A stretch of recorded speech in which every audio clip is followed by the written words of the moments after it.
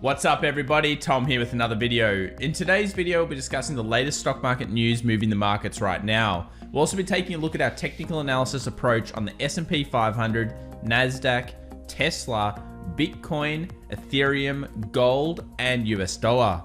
Movements in the US dollar in the last 24 hours have been pretty fierce, and this has a lot of ramifications across all markets. So let's talk about that and more right now. Stay tuned. So what happened over the last 24 hours in the stock markets? Well, interestingly, the same as really what's been happening for the last 2 to 3 weeks since the US election and the vaccine news. Deep value stocks such as the banks and of course energy sectors have been the ones outperforming. And we've mentioned how this happens in recovery phase. I do believe the market is really believing that the worst is over now and we're moving forward. And that's why you're seeing these deep recoveries through, of course, banks and energy sectors. This should continue for around 3 to 6 months in the recovery area, and then we'll see a rotation back into growth stocks like the technology sector. So don't get too sad about the tech sector yet, it will come back. It's just a standard rotation that happens in the markets. Apple was the surprising one yesterday, down 3%. And when we have a look around the broader markets, a similar phenomenon to what's happened recently has been occurring time and time again. Asian and European futures trading sessions have been bullish. We then get that first kind of bullish hour of trade, followed by selling into the second hour on Mondays. It's a phenomenon that you may want to check out and possibly build strategies around because it's happened so many times since we've been live streaming, and it happens all the time anyway. Hype and anticipation dies off, followed by a bit of a rally into the end of the day. What happened was, of course, we saw the Dow Jones do the best, led by those underappreciated sectors, S&P 500 0.56%, and then NASDAQ, of course, flat for the end of the day, really led by Apple not doing so well.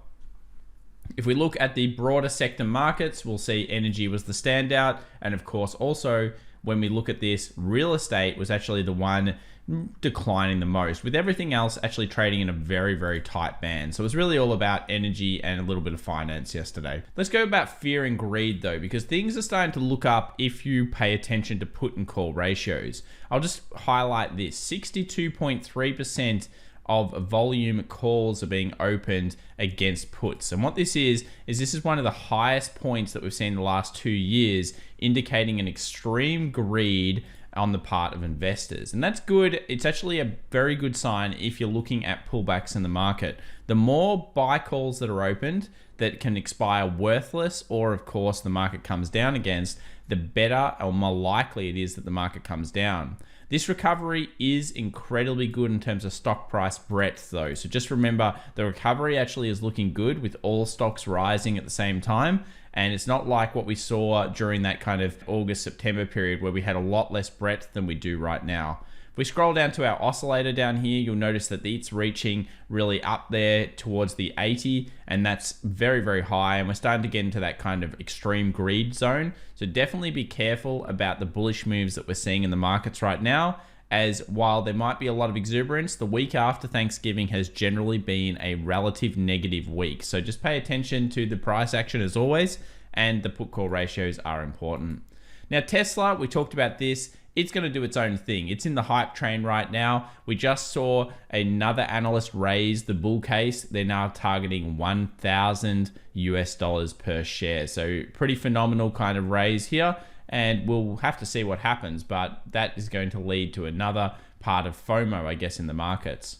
Our CBOE put call ratios came in, again, just showing us that there's a huge amount of open interest in calls when compared to puts, and there's been a lot opened of calls over the last week especially. If we take a look at the put call ratio as an oscillator, you can see also it's coming down to our favorite level. What's our favorite level? Down here at the 0.6. When it's reached the 0.6 level, we've generally seen the market kind of fall off at those events. So look for the 0.6, put an alert around this area. It'll be a very key zone for us to be paying attention to in the markets. On to the other markets. US dollar, guys, look at this, 92 held. Full buying pressure comes off 92. Of course, that makes a lot of sense considering how important this zone is. Remember, a daily close under 92 exposes that 89 area on the larger timeframes. And we saw a big buy up in US dollar as people, I guess, started to hedge against some uncertainty coming back into the markets. and it went back to the 92.80.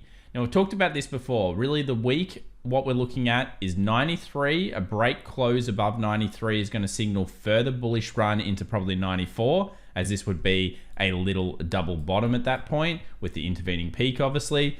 And 92 is well worth having an alert for closes below, or as the case of yesterday, buying off the area or the zone. So it hit the 20 exponential moving average here on the daily, found some resistance, and is now sitting in the middle of the zone. If we go down to the 1 hour, you can see how short and sharp that was in terms of it was a very quick move in only a couple of hours, quickly hit that resistance, and then now is hovering below. Maybe it comes down to like a 92.40 today, where previous resistance and the 20 exponential on the 1 hour find some support. If you're somebody that trades in the smaller time frames, that could be worthwhile. It's a pretty standard type of setup after a large, big move.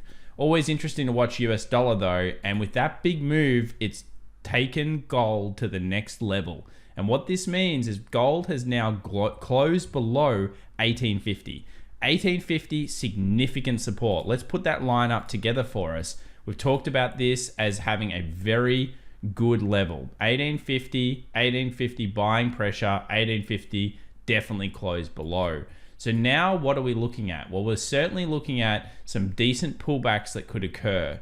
We've talked about 1800 flat. The reason why is on the larger time frames, there's moving averages there, and that would make sense because it's a $50 zone.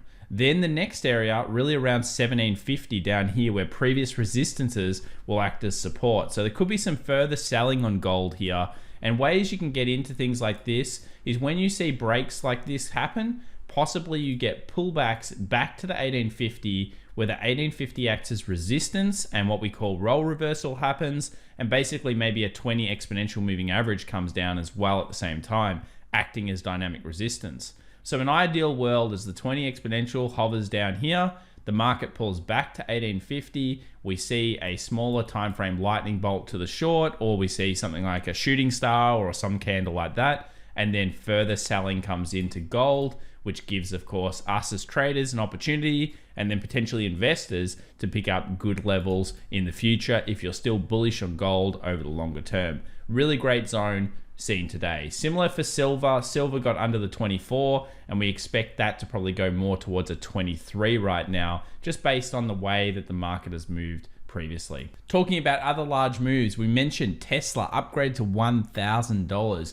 per share. Now that doesn't mean much to me, but it does mean a lot to a lot of people out there. We've really been very bullish on Tesla since it got through and closed above this 463 kind of zone. And as in typical Tesla style, it doesn't give us the conservative entry yet. And all it's basically been doing is breaking out and breaking higher. We're now trading at a post-market 530 handle on Tesla. So not only did it do 6.5% yesterday, but it's traded another 1.66% since that point. Where will Tesla stop? Well, this is always a question we get asked, and it's usually around human psychology. And what I mean by that is Tesla likes 50s and 100s. It's traded by us, the retail traders predominantly, and what do we like? Round numbers. So expect something like a 550 just before 550 to act as some kind of resistance here for Tesla possibly to do a little bit of a pullback, and then if it continues its upward trajectory back to the 600. How do we get into things like this? Well, we have to use moving averages, and we have to find ones that have been respected in the past. So look at these aggressive runs. Even the 4-hour 20 wasn't going to get you into this. It was over here where the reoccurring event happened, and you can always tell these reoccurring events because you're going to get 1 touch, 2 touch supports, and then the 3rd and the 4th and the 5th and the 6th all become valid opportunities. So remember, moving averages are one of the best ways to get into these very aggressive trends if you've missed out. Tesla looks like it's bulling for now, possibly 550 and then even $600. Maybe not the 1,000 just yet. US oil continues its upward trajectory. We've talked about why when it came through this point, it was most likely going to go slightly under our channel range. We're getting pretty bullish moves here. And look at this. We're about to take out this $43 line here from a bullish close. If we get that, where to next? I don't think this resistance of 43.70 means anything anymore. It's most likely going to go our distance, and our distance was trajectorying into around 46. So at this stage, US oil looks good, and this is off the back of course, the vaccine news. Energy sector's hyped. Everything's looking a little bit better for the future. And remember, the stock markets are forward-thinking vehicles. They're always thinking 12, 18 months, even further ahead than what we're seeing just necessarily in the news. So let's now talk about our favorites here, the US 100, US 500, and then of course the cryptocurrencies. What we've got here is US 100 NASDAQ, really stuck within a bit of a range. It's not having the best of, I guess, the last couple of weeks, and that's because, of course, the vaccine news has forced it into a different kind of sector rotation right now. We've got 11,600 being a major support, 11,800 being a pretty good support as well, and then any points above really this 12,100 will be a very big resistance break, which should lead to further buying back to the 12.4. We'll be updating you on the NASDAQ when we get better levels in the next couple of days. US 500, this is an interesting area. Basically, we've got 35.50 and we've got 35.86 or 85 on the 1 hour in terms of a trap. We've definitely got great support down here at the 35.50, and this top range area has been pretty good resistance as well.